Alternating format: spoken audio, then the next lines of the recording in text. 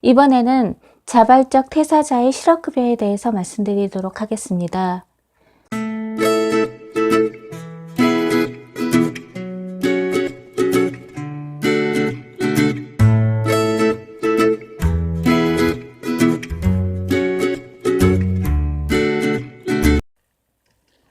안녕하세요. 대표 공주입니다. 저번 시간에는 비자발적 퇴사자의 실업급여 받을 수 있는 조건에 대해서 말씀드렸는데요. 이번에는 자발적 퇴사자의 실업급여에 대해서 말씀드리도록 하겠습니다. 고용보험법 시행규칙 제101조 규정에 따라서 자발적 이직한 경우에도 실업 인정이 되는 사례는 다음과 같습니다. 수급 자격이 제한되지 아니하는 정당한 이직 사유에는 크게 13가지로 나눌 수 있는데요. 첫째, 다음 5가지 항목이 어느 하나에 해당하는 사유가 이직일 전 1년 이내에 2개월 이상 발생한 경우 해당하는데요. 제가 항목에 대해서 가나 다라 순으로 말씀을 드리도록 하겠습니다. 가, 실제 근로조건이 채용 시 제시된 근로조건이나 채용 후 일반적으로 적용받던 근로조건보다 낮아지게 된 경우이고요.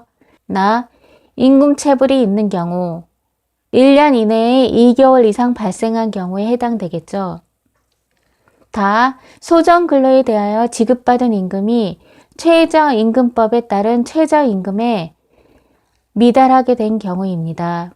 이 최저임금은 매년 최저시급이 변하기 때문에 그때그때마다의 최저임금법이 적용이 됩니다. 라, 근로기준법 제53조에 따른 연장 근로의 제한을 위반한 경우입니다. 현재 주당 40시간은 야근 같은 것을 하지 않을 때의 근무 시간인데요. 이 시간을 넘으면 연장 근로수당을 지급해야 합니다. 당사자 간 합의하면 최대 일주에 12시간을 한도로 근로시간을 연장할 수 있습니다. 그러므로 일주 12시간 연장 근무를 하면 최대 52시간까지입니다. 마, 사업장의 휴업으로 휴업 전 평균 임금의 70% 미만을 지급받은 경우입니다.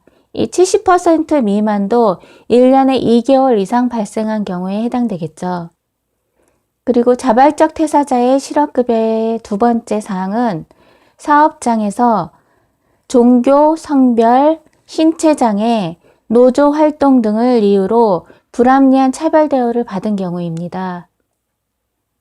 세 번째, 사업장에서 본인이 의사에 반하여 성희롱, 성폭력, 그 밖에 성적인 괴롭힘을 당한 경우입니다. 요즘에 미투 운동이 한창 일어나고 있는데요. 그거에 대한 사항이 되겠죠. 네 번째, 사업장의 도산, 폐업이 확실하거나 대량의 감원이 예정되어 있는 경우입니다.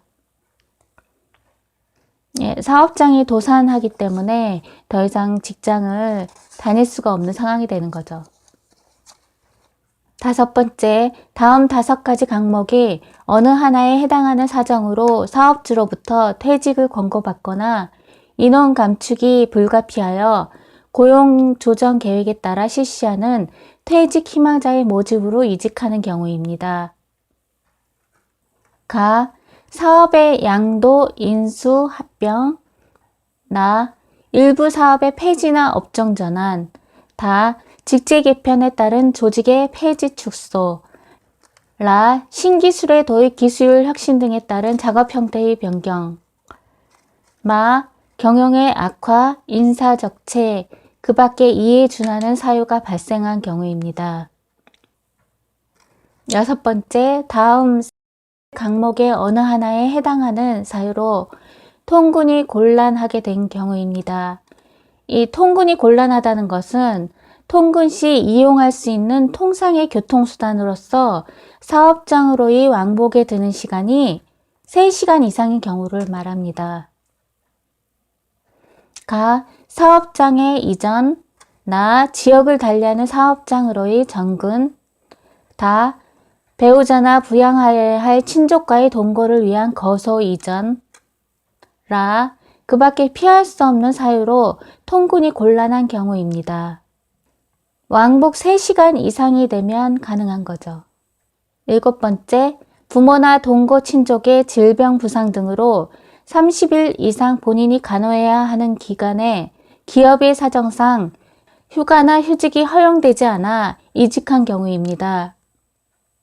8번째, 산업안전보건법에 따른 중대재해가 발생한 사업장으로서 그 재해와 관련된 고용노동부 장관의 안전보건상의 시정명령을 받고도 시정기간까지 시정하지 아니하여 같은 재해의 위험에 노출된 경우입니다. 이 산업재해란 근로자가 업무에 관계되는 건설물, 설비, 원재료, 가스, 증기, 분진 등에 의하거나 작업 또는 그 밖의 업무로 인하여 사망 또는 부상하거나 질병에 걸리는 것을 말합니다. 산업안전보건법에 따라서 고용노동부령으로 정하는 재해란 다음 각호의 어느 하나에 해당하는 재해를 말하는데요. 첫째, 사망자가 1명 이상 발생한 재해입니다. 둘째, 3개월 이상의 요양이 필요한 부상자가 동시에 2명 이상 발생한 재해이고요. 세 번째, 부상자 또는 직업성 질병자가 동시에 10명 이상 발생한 재해입니다.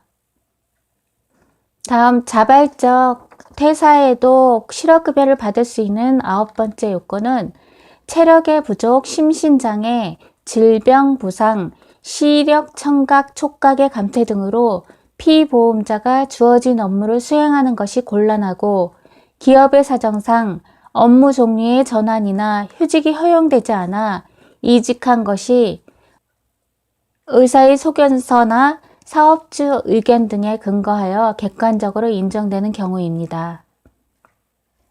10번째, 임신, 출산, 만 6세 이하의 초등학교 취학 전 자녀의 육아 또는 병역법에 따른 의무 복무 등으로 업무를 계속적으로 수행하기 어려운 경우로서 사업주가 휴가나 휴직을 허용하지 않아 이직한 경우입니다. 11번째, 사업주의 사업 내용이 법령의 개정으로 위법하게 되거나 취업 당시와는 달리 법령에서 금지하는 재화 또는 용역을 제조하거나 판매하게 된 경우입니다. 12번째, 정년의 도래나 계약기간의 만료로 회사를 계속 다닐 수 없게 된 경우입니다. 이런 경우가 요즘에 많은데요. 정년이 되어 퇴사해야 되는 경우와 계약기간이 만료되었는데 재계약이 안 되었을 경우 자발적 퇴사자로서 실업급여를 신청할 수 있는 거죠. 13번째, 그 밖에 피보험자, 사업자 등의 사정에 비추어 그러한 여건에서는 통상의 다른 근로자도 이직했을 것이라는 사실이 객관적으로 인정되는 경우입니다. 이 13가지 조건에 해당하는 자발적 퇴사자라도 실업급여 신청 가능 조건에 해당되어야 가능합니다. 그러면 다시 한번 실업급여 신청 가능 조건에 대해서 알아보겠는데요. 첫째, 이직일 이전 보수를 지급받은 일수를 피보험 단위기간이라고 하는데요. 퇴사 전 18개월간 180일 이상 고용보험 피보험 단위기간을 충족하여야 합니다. 단 주 15시간 미만 근무자를 초단기간 노동자라고 하는데요. 이들에게도 18개월에 180일 이상 기간을 만족하여야 하는데 이건 현실적으로 무척 어렵습니다.